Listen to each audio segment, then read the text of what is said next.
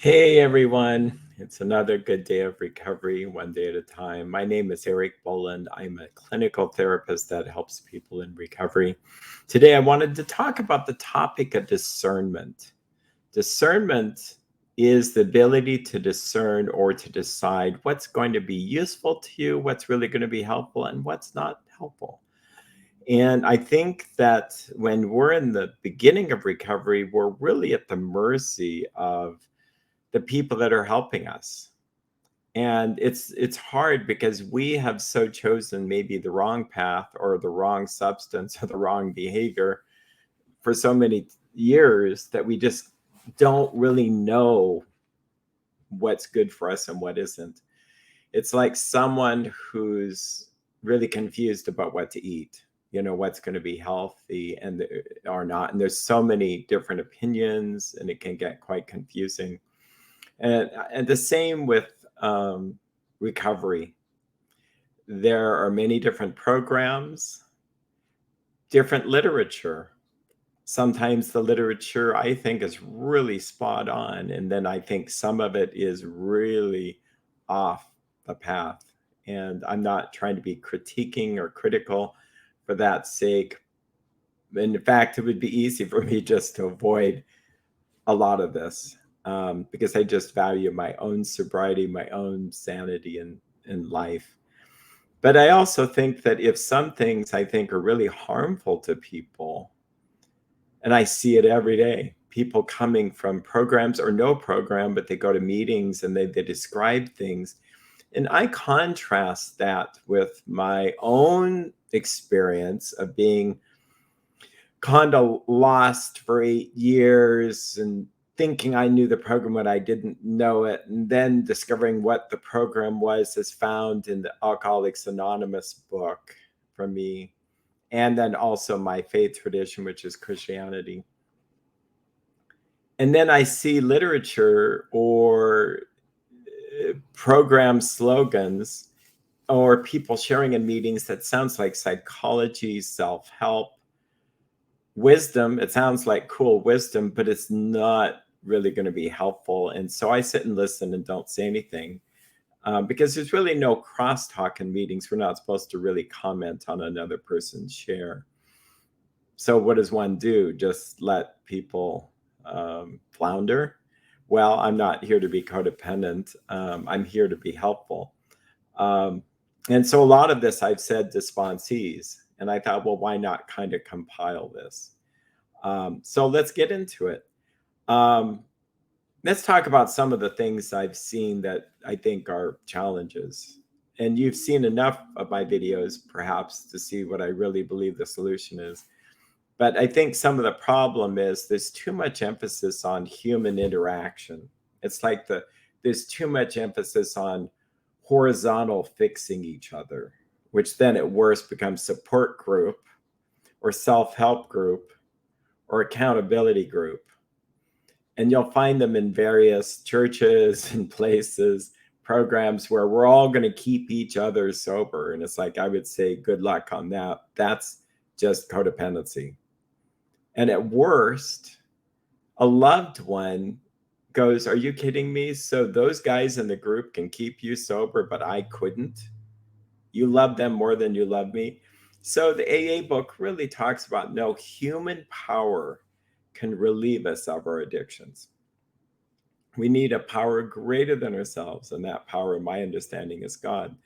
So one of the things to ask is this focused on God, or is it focused on human resources, human wisdom? And I do this like white knuckling, human understanding and therapy and analyzing, and does it focus on self? So I've even seen people work through workbooks. I'm not a fan of workbooks because I see a lot of the literature is like a cookbook. If you want to be able to cook a chocolate cake or bake a chocolate cake or cook a fish fillet, you read the book to know how to do it, and then you actually go do it. And you end up with a fish dinner and a wonderful dessert. But workbooks make you feel like the work is actually in the writing. And some people have benefited from that, and maybe for other things that can be useful. But a person can work through all those steps, and I hand it to them. They're really amazing people to have done that, and they're still not sober. What happened? Well, that's like filling out recipe cards and writing out which a menu plan, but you still don't have any dinner because you didn't really cook it. So I believe that the simplicity of reading the literature, having the support of group fellowship and a sponsor to help you get through the steps, you have a spiritual experience, which is God at his best, that gives you power and love to face life's problems. It's that simple. I have seen people talk about columns in step 2. And I've heard people say, I'm working step 2, and I cringe. Like, how do you work step 2? And for those that want to know, step 2 is we came to believe that a power greater than myself will restore me to sanity. How do you work on coming to believe? I think we're making it way too complicated. But no, there's a chart where a person writes out all that they have believed about their parents, what their parents have done to them. And maybe their parents did some things that were less than nurturing, maybe abusive. And then in the next column, you pretty much write out our misunderstandings or misperceptions of God. And then in the next column, you write out what you want God to be. That sounds kind of creepy. So I'm going to define God. Okay, so how is my defining God a power greater than myself? And this sounds snippet, but I'm going to say it anyway. It's like Build-A-Bear. You just go and design your own God of your understanding and see if that works. I don't think that. Not only, I think it's kind of disrespectful towards the God who created us all, but he's pretty loving and forbearing. But it's just not going to work. You're just creating a God in your own image and likeness. Okay. So I like this.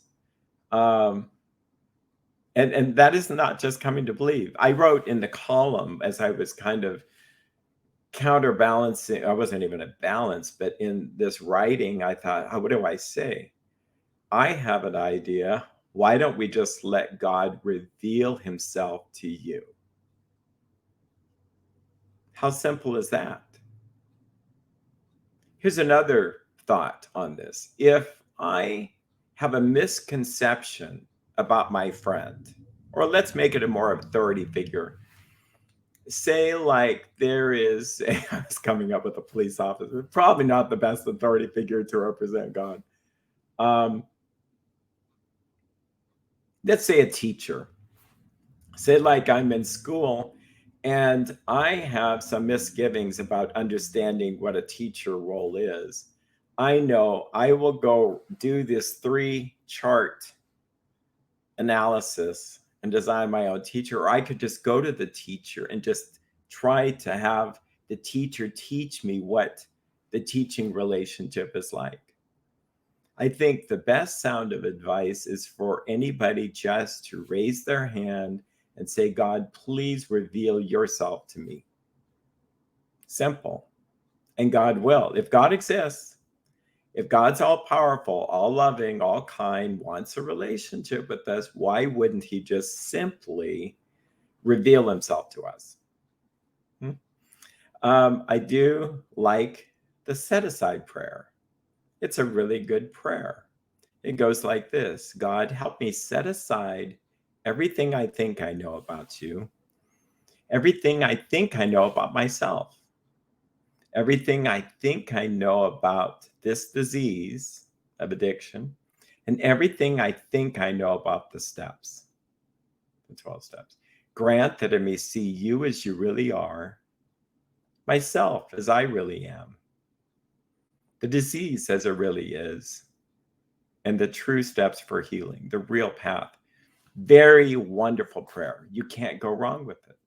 Why? Because if there's any misconceptions you had of God, they'll be removed. If there's anything useful that you believed about God always, it'll stay. Anything about yourself that has been really off will be removed. Anything that's useful about yourself, it'll stay. And onward. The disease will begin to reveal itself. You'll have a better understanding of the disease here. You'll have a better understanding of what the steps are. I will encourage you, if you're struggling with chronic relapse or continuing to have problems in your sobriety, it's always usually us. There's something that we're missing. And it's really, really important to be patient with ourselves in the process. If you are and you have a loving, kind sponsor, therapist, coach, family members, it'll help. It really does help. My own impatience and frustration and being so upset, I think delayed my journey of recovery, because I think when we are upset, our brains, our minds are really not most open.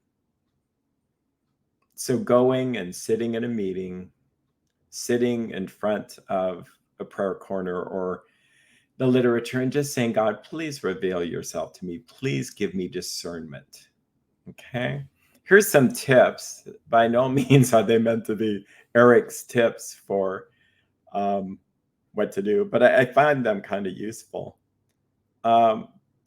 So does what you're reading or hearing in meetings or experiencing with your sponsor take you away actually from the original 12-step work?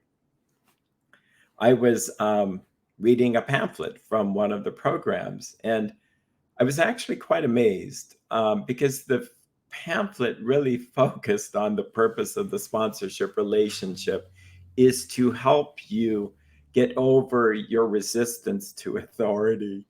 It's like, that was the attitude. It's like, well, that's not going to fly well. It was very psychological. And I just see that the sponsor's role is to help you get through the 12 steps. But it went on and on about how it even went so bold as to say some of us had a hard time surrendering our whole life to God. So we had to actually surrender to a sponsor first. It's like, oh my gosh. I would pick surrender to God over a human being first. It's more like trust God that he's working in your sponsor relationship. That's not the role of the sponsor, is to teach you how to obey and take direction. This was very heavy handed on the idea of direction. My understanding of the AA book says three things became really clear. A, we are alcoholics, or in any case, any kind of alcoholic or addict, and cannot manage our lives. B, probably no human power can relieve us of our alcoholism. And C, that God could and would if he were sought. So is the focus of what you're reading literature-wise or hearing in meetings or from your sponsor focused on God or yourself? Is there a focus on God or your sponsor? I cringe. I sometimes think people call their sponsors daily. I have an idea, and this sounds flippant. Why not call on God daily? Why don't you call on God when you're tempted and all this?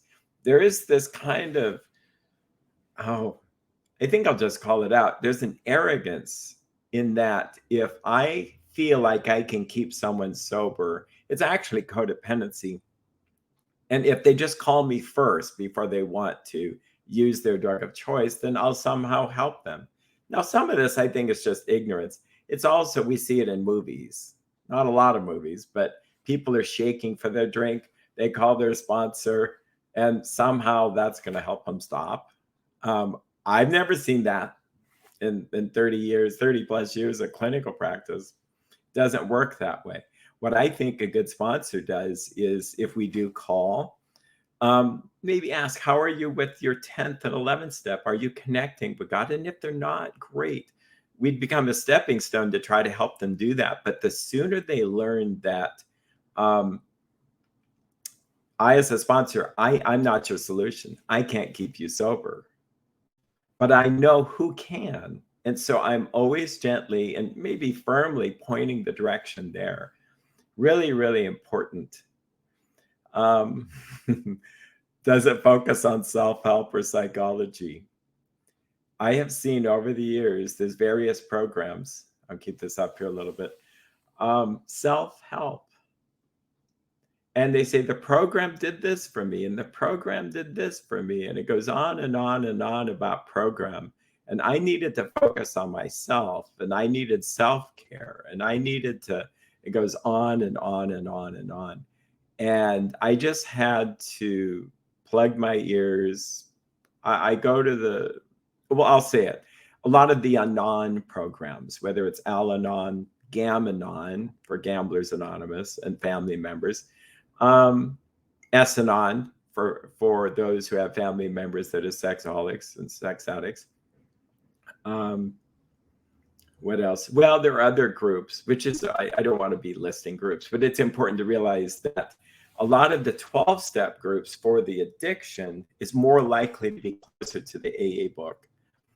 And some of the Anon groups would do just as well to focus on those same 12 steps.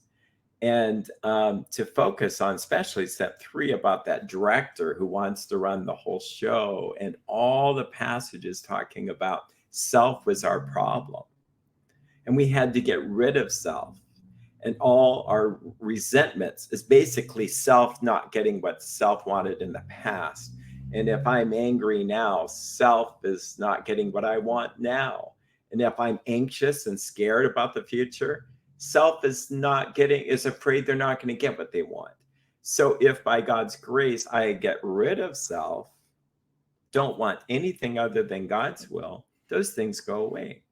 Unfortunately, a lot of the Anon programs, I guess this is pretty critical, but it's something, if it's useful or not, take it or leave it. But it's focused on self. And now we're, as a group of selves, all going to support each other. And it's going to fix things. And we're just somehow then reducing our resentments, somehow reducing our resentments and anger by changing our mindset and reading tons of literature. So if I do any S-Anon or, well, I shouldn't say that, but any Anon work, I try to do it just using the AA book and use what I find helpful in the literature. And this helped me in my morning meditation and prayer. It's kind of developing resentment towards this. And then ding, an answer came. If you replace the word self, where in some of this literature is self, like when they say we have to focus on self, it's like, okay, that's the exact opposite of over here. If it's translated, relabeled, focus on our own lives, changes it. And maybe that's what they mean. Focus on my own life instead of the life of someone else. Focus on caring for my life. What's the best way to focus on my life? Through getting rid of self in the 12-step, as found in the original AA. That's for me. Loving myself, the best way I can love myself is to pray daily, connect with God, do my own inventory of my own defects of character of selfishness, resentment, fears, dishonesty, to check in with people and be open to correction and to be praying and asking God for direction in everything. That's the way. So anyway, be aware of self-help. Actually, I'll do this. Psychology. I love psychology. This is what I do, and it works really well for a lot of things. Addiction, no, it doesn't work so well. People go, well, how can you say that? Just look at the results. Just look at the results. I mean, part of where it is I've seen people go to therapy for 5 years trying to get sober. And the therapist, a nice-hearted therapist, is working on understanding the traumas and the reasons why they used. Yeah, no, they could have had a really good life and still use. No, it's as simple as I'm an alcoholic or I'm a sex addict or I'm a compulsive overeater. you could go on and on and on and on. And there's lots and lots and lots of books about all that. And then when people say, well, like, I'm working the steps, but I also got this book, it's like, okay. My experience is if that book is inflating self at all, you might have troubles. So my advice, and of course they're paying me for my advice, so I'm pretty quick to just say, no, I would just set that book aside and just focus on the simplicity of first the AA book, then secondarily the other book, whether it's Overeaters Anonymous, Narcotics Anonymous, Sexaholics Anonymous, Workaholics Anonymous, Debtors Anonymous, Currency of Hope. There's different books, and that'll describe the problem, but stick with the solution. And does it focus on understanding as what is going on? Sorry for the poor typo there. Does it focus on understand as what is going to get you sober? What I mean is understanding. If you just understand everything, then you'll be sober. That's self-inflation. And not to be too tough here or too bold, but if understanding could get us sober, we would have gotten sober a long time ago. Why would we pay for a therapist or thousands of dollars of treatment if just understanding? Okay, so my parents were alcoholics, so that's why I became an alcoholic. Okay, great. Or alcohol makes me feel better initially, but then it makes me feel like crap later. Or, wow, I understand the caloric content of this food, but I understand I can do this and this. It doesn't work so well. In the AA book, it says many of us had moral and philosophical convictions galore, but we could not live up to them as we wanted to. We had to have power, lack of power. That was our dilemma. For those that are interested in this section, it's under the chapter We Agnostics, and it's page 44 and 45. I'm not trying to be a impressive quoting here. It's just that I go to it a lot, and it's really helpful to know where to find it in the AA book. When discerning whether something's useful or not, does it work? If you are still struggling over and over and over and over, and I'm not talking about someone who's just beginning or a few months into this, you have a sponsor and you're going to change sponsors, but if you are doing the same thing over and over and over, and it's still not working, I would suggest try something different. Ask a different sponsor, read some different literature, try another program, because we only have so much time on this earth. Yeah, we only do.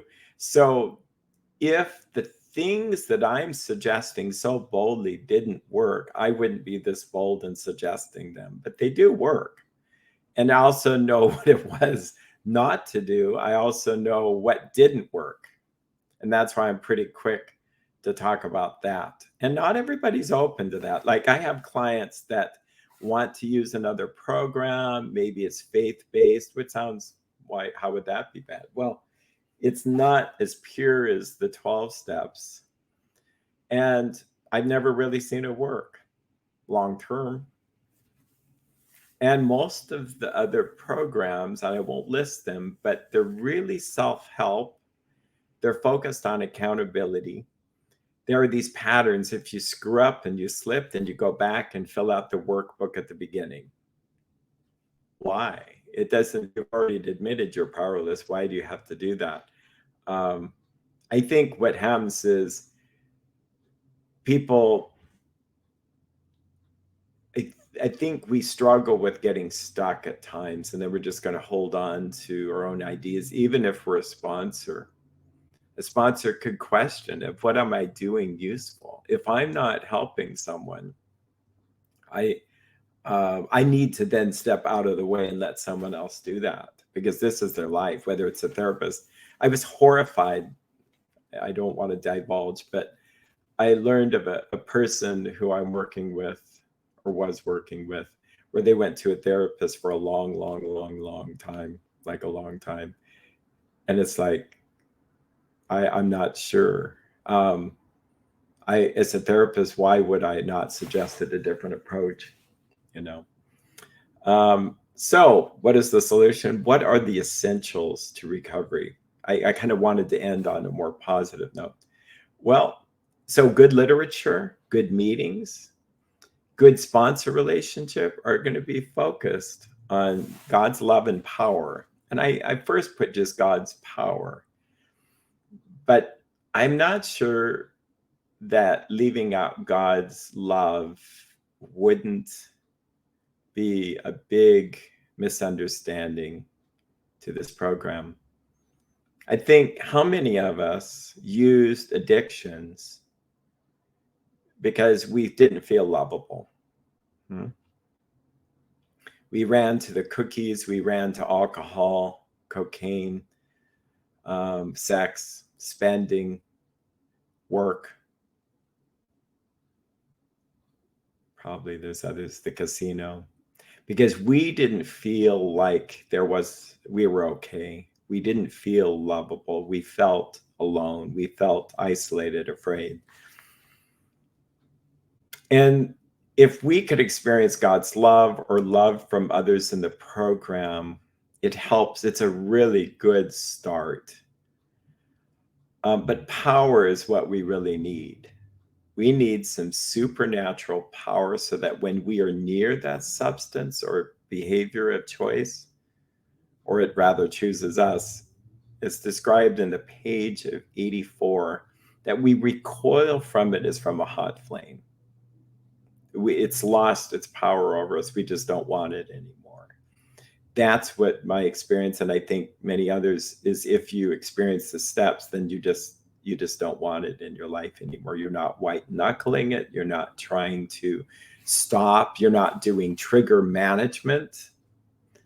You're not focusing on the problem by going around in circles saying, well, this is how the problem affected me the last 24 hours and the next 24 hours of it, going around so focused and obsessed on that. If that was like an OA meeting, like if we go around and share how I was tempted by Dunkin' Donuts. Yep, I got to be honest with you guys. I was at Dunkin' Donuts and I was sitting there in the booth, and I apologize for those in OA because this could be triggering you, but it's a good metaphor. And then now Mary over here is going to share about how she was tempted by street tacos. And then the next person's going to share how that their biggest thing was chocolate. And then the next person's going to talk about iced mochas. Thanks for sharing. We're all hungry. Yeah, no, we're all hungry. This is craziness. So you can only imagine if we're checking in with lust. How is that going to work? And yes, because people said it was a good idea. Well, you be the judge, at least. Is this working for you? Do you feel more tempted after a meeting? Why not do this? Just in the last 24 hours, ask yourself, where was I weak in any area? It could be resentment, fears, selfishness, dishonesty. And what step was I using to get better? Better yet, why not ask if we're doing a check-in meeting, and we can check in our problems in the light of the step 11 questions. Do I owe an apology? Where was I selfish? Where was I dishonest? Was I thinking of myself most of the time? What could I have done better? That question is very powerful. What could I have done better? Always something will come up where I could have been better. Was I kind and loving toward all? Okay. So I love the idea of checking in, checking with other people. But here's the thing, checking in with God's more important than checking in with your sponsor. Yes, check in with your sponsor, check in with group members. But if the focus is on people, and not enough vertical, I just think it's not going to work. So that's where focus on God's love and power. Any good sponsor or fellow member is going to point you that direction, not to hear I have the answers. My experience, strength, and hope, and all that. Here's how and that's a common phrase in 12 steps that people that may not be aware of it. Experience, strength, and hope we say, yeah, I have experienced strength and hope. This is my take on that, is that I had an experience. I had an experience of what it was like being an addict. I also experienced somehow these steps in such a way that I got strength from God. I somehow had some gifted love, power, understanding. My defects began to become lessened. And things I could not do, like simply pray or ask for help, I was able to do by God's strength. And that should provide hope for you. But if somehow I'm just sharing all my strength, experience, and hope, and it's all from all these other ages, instead of right here and now, it's not as powerful. In the early days of AA, they had a 10, 10, and 40 pattern. They spent 10 minutes when they had sharing. They didn't really have the circle of chairs. They actually had speakers up front, and people would sit in rows, and actually nice suits and dresses. And it was like a gathering. And the guy would go up, or the gal would go up to the podium and speak 10 minutes on what the problem was like. 10 minutes on what the steps they took to get sober. And the last 40 minutes was on what their life is like today. I would love it if that's how we shared in meetings. But instead, this is a criticism, so please brace yourself. But some shares are so, and this is about discernment here. So many shares are about all the bad stuff they did, and then a little bit on the solution. Some people would argue, well, that helps them understand the problem better. Yeah, good. A lot of us already understand the problem. I'd rather err on the side of helping people understand the solution. Second of all, I think the problem is they share the same stories over and over, and maybe for a laugh, or they're just capitulating slogans and wisdom and all that stuff. What I find is most useful is if I focus on what is going on in my life right now.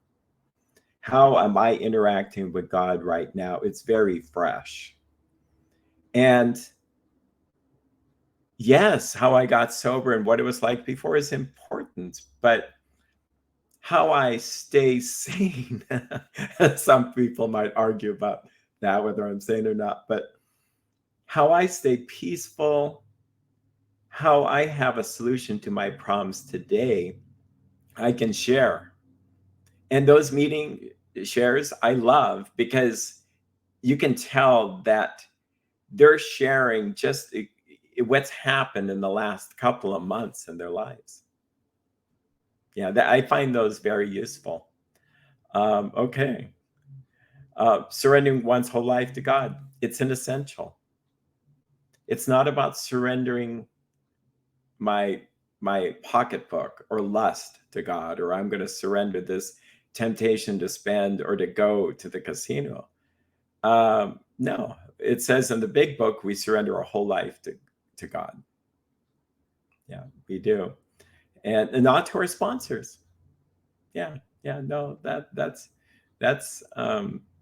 it's crazy to think like that. But I think it filters in because we are tend towards self-importance. We just want to be important in that person's life. Have I done that? Probably. Oh, absolutely. Probably tried to inflate myself as a sponsor. In fact, those big inflatable advertisement people that are going like this back and forth, to get your attention, when the air is gone, it just lays on the ground like this. But and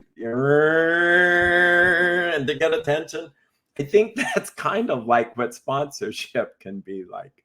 Like, we're going to get the sponsee's attention so well, and we're going to give them such pearls of wisdom that they're going to be sober. Yeah, no, I'm at best actually when someone turns that machine off and I am laying on the ground praying and just asking God for help. And if someone wants to ask me what worked in my life, that's different. And surrendering my whole life that's what works for me today. Am I good at it? No, not necessarily. It seems like I'm always having to take the cursor in my web page of my life I wake up, I see Eric's will as a button, God's will as a button, and cancel, kind of like yes, no, cancel. It's defaulted to Eric's will, and I have to move the cursor and click on God's will. And there's no little convenient box that says, click this choice for all future. No, I have to do it daily. If I do that, I'll be okay today. When I'm not doing that, I'm not so okay. Thanks be to God, won't feel well when I'm in my own life. Involved action. If this is a mere gathering more and more knowledge and history of AA or history of this and who said that, or let's listen to more and more audio and let's flood ourselves with recovery media, recovery meetings, so that I've gone to 5 meetings. It's very convenient now. I've been at this a while. Going 90 days, 90 meetings involved traffic and getting there and getting out to parking lot. Here it's just a click of a button. Yeah, and we have little apps, which I think are great, that show you the next meeting, just kind of like a schedule. It's like an airport schedule, and you just click on it. And, so no, more information is not as useful as actually learning how to take the steps. So when we're upset about something, applying what you've heard or praying and asking God for the next right action or direction is what's useful. Keeping it simple. Now, I've given you a lot of lists, but really keeping things simple, really, really important. And as you don't really, if you're a sponsor, you don't give a lot of information. And that's my error. I get too exuberant. I start giving like a fire hose of information. Yeah, I don't know if they need that much. Is it useful? But keeping things simple. Continuous inventory of oneself. I would not know that about myself if I was not trying to scrutinize myself and ask God to please help me to know what could I have done better? Do I know an apology? So, and you can't really recover from something you don't know you have. So you'll hear me say resentment, fear, dishonesty, selfishness, but underneath those are nuances of character defects like self-importance, or I'm too sensitive, or I'm too controlling. Phrases like, what is my motive? Oh, maybe I'm envious. Maybe I'm trying to look better. Maybe I'm trying to be right. And so sometimes when it comes to praying about these things, it looks cumbersome to say, help me to not be right. Help me to be kind. And then you'll have, well, I'm a fan of prayer and action. So then you write it out. And then you just literally pray it. And either you're praying it or you're not. If you're praying it, and if I talk with someone, either in the program or a client, how are you doing? And when they come in and say, well, the weather pattern is high pressure front, a big gust of airflow. No, I don't want to hear about what the temptations are doing as much as, do you have umbrellas? Do you have sunscreen? So as long as you're praying morning and evening prayer and throughout the day, you're going to be fine. And once they move from this idea of what's going on towards me, and at worst they do trigger management, it's asking God to work in my life in such a way that I'll be able to deal with anything that comes up, and asking God to remove defects of character. Does the literature suggest that? Or I cringe. Again, I wince when I hear people saying, I'm working on my impatience. I'm working on my defective character of slothfulness. I'm working on being more kind. And it's like, wow, you can do that, huh? I can't. And maybe I'm being nitpicky, which is probably a defective character, but I don't think these are nits. I think these are big things. But if the person means, and I think words matter, if a person means while I'm actually praying to ask God to remove them, I would encourage them to say it. And maybe we're too shy on the matter of prayer, but working sounds like I'm just thinking about it, trying hard not to do that. And that sounds like what I did when I was trying to get sober. So, yeah, literature that suggests surrender to God, absolute dependence on Him, asking Him to remove things sounds pretty good to me. Things where it's like, I'm going to try harder, doesn't work.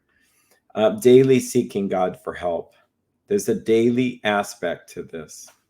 If you do it every day, it works. Steps 1 through 9 is really like cleaning out an artery. We talked about the artery before, and then you end it with God's power coming through.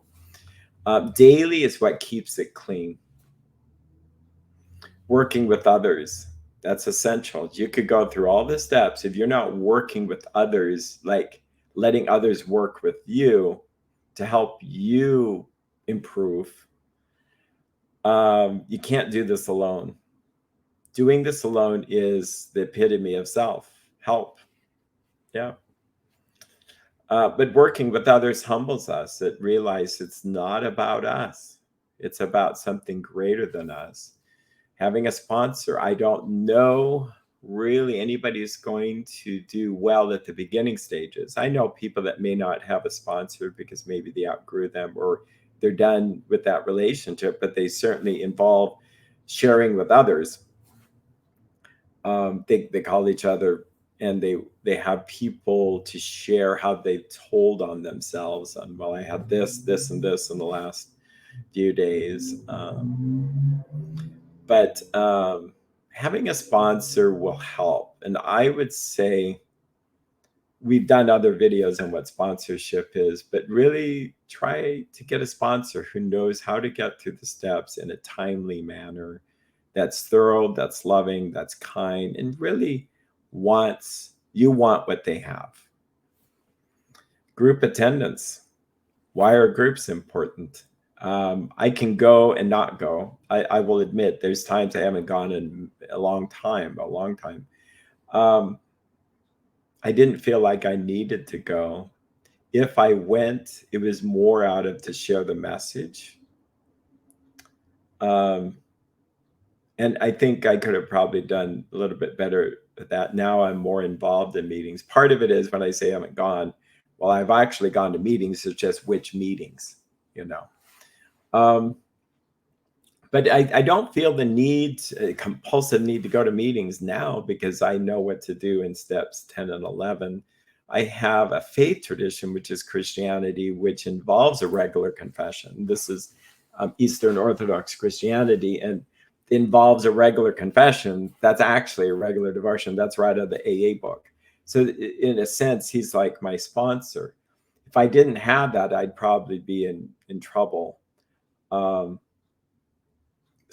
group attendance, what it does is you get an hour to relax, to listen, to hear the same words over and over with those readings. And hopefully they're focused on 12 steps. And usually God will guide the meeting in such a way where you get exactly what you needed to hear from other people. Yeah, really powerful. And I think that's it, actually.